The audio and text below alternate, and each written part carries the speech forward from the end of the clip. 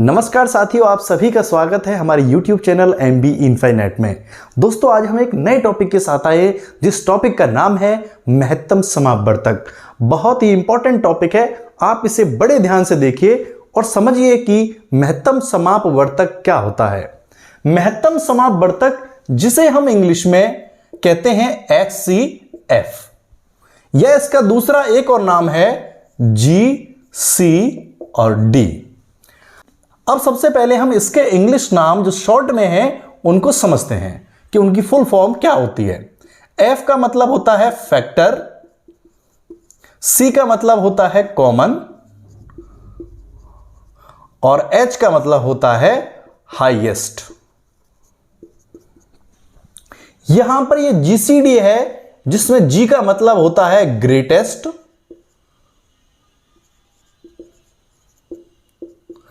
और C का मतलब होता है कॉमन और D का मतलब होता है डिवाइजर। अब सबसे पहले हम इसको समझते हैं कि HCF क्या होता है। HCF, इसमें पहला जो टर्म है फैक्टर। मैं उल्टा इस वजह से बता रहा हूं क्योंकि मैं जो क्वेश्चन करूंगा वो इसी क्रम से करूंगा और इसी क्रम में आप आसानी से HCF को समझ सकते हैं। दूसरा जो टर्म है कॉमन और तीसरा जो टर्म है हाईएस्ट। और इधर जो पहला टर्म है वो होगा डिवाइजर और दूसरा जो टर्म है कॉमन और तीसरा जो टर्म है ग्रेटेस्ट। ये तीनों बात लगभग एक जैसी हैं, बस यहां पर जो अंतर आ रहा है वो ये आ रहा है कि यहां फैक्टर है और यहां डिवाइजर है। पिछली क्लास में हम आपको बता चुके हैं कि फैक्टर जो होता है बेसिकली एक तरीके से डिवाइजर ही होता है। जैसे मैं एक एग्जांपल से बताता हूं, मान लीजिए आपको 4 के फैक्टर्स निकालने हैं, तो आपके 4 के फैक्टर्स क्या क्या होंगे।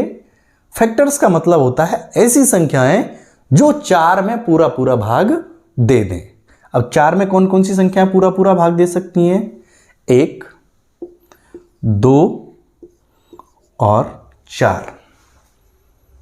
आप समझे होंगे, फैक्टर और डिवाइजर लगभग सेम चीज हो गई, क्योंकि डिवाइजर मतलब वो भाग दे सके और फैक्टर का भी वही मतलब होता है लगभग कि वो उसमें भाग दे दे। 1 का भाग 4 में पूरा पूरा जा रहा है, 2 का भी और 4 का भी पूरा पूरा भाग 4 में जा रहा है। अब दूसरा जो टर्म है कॉमन, वो दोनों में सेम है और तीसरा जो टर्म है हाईएस्ट और ग्रेटेस्ट, ये भी लगभग सेम चीज होती है। अब हम बात करते हैं कि क्वेश्चंस किस प्रकार से HCF के किए जा सकते हैं। जैसे हम एग्जांपल लेते हैं, एग्जांपल के लिए संख्याएं ले ली 4 और 6 और आप इससे पूछा जाए कि HCF या GCD या महत्तम समापवर्तक आप हिंदी में लिख सकते हैं, या मासा भी इसे कहते हैं, मासा कैसे निकाला जाए। सबसे पहले हम इससे समझते हैं कि इसमें जो हमने पहला लिखा है कि पहला टर्म ये, तो हम इसी क्रम में HCF निकालेंगे। सबसे पहले आप करेंगे फैक्टर्स, यानी कि 4 और 6 के फैक्टर्स लिखेंगे। फैक्टर्स का मतलब आप जानते ही हैं कि ऐसी संख्याएं जो 4 और 6 में पूरा पूरा भाग दे सके। तो 4 में कौन कौन सी संख्याएं भाग दे सकती हैं? 1, 2 और 4। इधर 6 के फैक्टर निकालते हैं तो 6 में कौन कौन सी संख्याएं भाग दे सकती हैं? 1, 2, 3 और खुद 6। तो सबसे पहला जो स्टेप है फैक्टर्स निकालने का वो हम कंप्लीट कर चुके हैं, या इसे डिवाइजर निकालने का जो टर्म है वो हम पूरा कर चुके हैं। अब जो दूसरा स्टेप है कॉमन। कॉमन का मतलब आप समझते हैं कि 2 या 2 से अधिक चीजों में कोई चीज एक जैसी हो, तो इन दोनों में एक जैसी चीज कौन सी हो सकती है? 1 और 1, 2 और 2। यानी कि 4 और 6 के जो कॉमन फैक्टर हैं वो कौन कौन से हो गए? 1 और 2। अब आपका दूसरा टर्म भी कंप्लीट हो चुका है। अब आपका आता है तीसरा और उधर आता है ग्रेटेस्ट।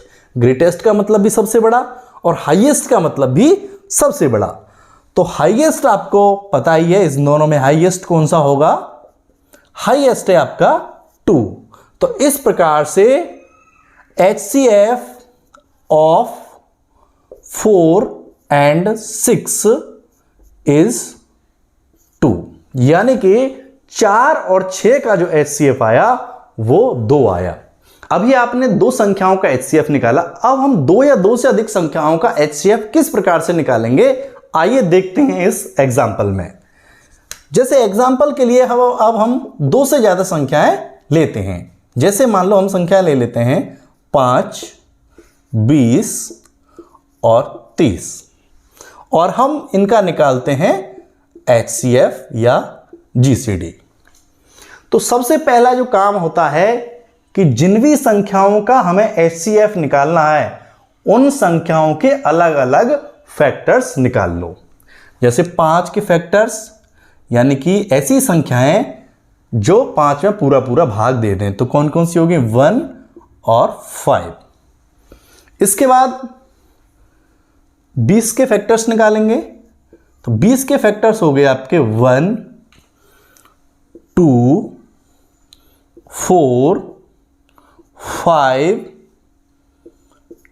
10 और 20। यानी कि ये संख्याएं जो हैं वो सभी 20 में पूरा पूरा भाग दे देती हैं, इसके अलावा और कोई संख्या नहीं है। अब हम 30 के निकालते हैं। 1, 2, 3, 5, 6, 10, 15 और 30। ये हो गए 30 के फैक्टर्स। अब आप कहेंगे कि ये फैक्टर्स कैसे निकाले, तो हमने पिछली वीडियोस में आपको फैक्टर्स निकालना सिखाया है। अब आपका फर्स्ट स्टेप कंप्लीट हो चुका है, जिसमें हम इन तीनों संख्याओं के फैक्टर्स निकाल चुके हैं। अब आता है दूसरा स्टेप कि आपको जो फैक्टर्स निकले हैं उनमें से कॉमन फैक्टर्स छांटने हैं। तो लिखते हैं हम कॉमन या उभयनिष्ठ कह सकते हैं। कॉमन फैक्टर कौन कौन से हो गए? तीनों में देखना है आपको। तो 1 आया एक, और एक आया आपका 5। इसके अलावा और कोई फैक्टर कॉमन नहीं है। अब दूसरा टर्म भी आपका कंप्लीट हो चुका है। अब आता है आपका तीसरा टर्म, यानी कि हाईएस्ट। तो आप लिखेंगे हाईएस्ट। तो हाईएस्ट फैक्टर इनमें से क्या होगा? आपका 5। तो यानी कि इन तीनों संख्याओं का जो HCF होगा वो होगा आपका 5। दोस्तों, आज के इस वीडियो में आपने सीखा कि HCF क्या होता है, जिसे हम GCD भी कहते हैं, क्या होता है, और हिंदी में महत्तम समापवर्तक या मासा। और हमने फैक्टर्स के द्वारा दो या दो से अधिक संख्याओं के मासा निकालना भी सीखा। लेकिन अब आपको एक चीज और बताते हैं, इसके अगले वीडियो में हम बताने वाले हैं दो तरीके से HCF निकाले जा सकते हैं। वो दो तरीके क्या होते हैं और कितनी आसानी के साथ आप HCF कर सकते हैं उन दोनों तरीकों को अपना के। इस तरीके में आपने फैक्टर्स निकाले, उसके बाद आपने HCF निकाला। लेकिन जो अगली वीडियो में हम जो तरीका बताने वाले हैं वो बहुत ही आसान होने वाला है। यदि आप HCF सीखना चाहते हैं और पूरे मैथमेटिक्स को बिल्कुल बेसिक्स से सीखना चाहते हैं तो हमारे YouTube चैनल को सब्सक्राइब करिए और ज़्यादा से ज़्यादा शेयर कीजिए, ताकि और भी बच्चों का इससे हित हो सके। और अब मिलते हैं हम अपनी नई वीडियो में HCF के दूसरे पार्ट के साथ। तब तक नमस्कार।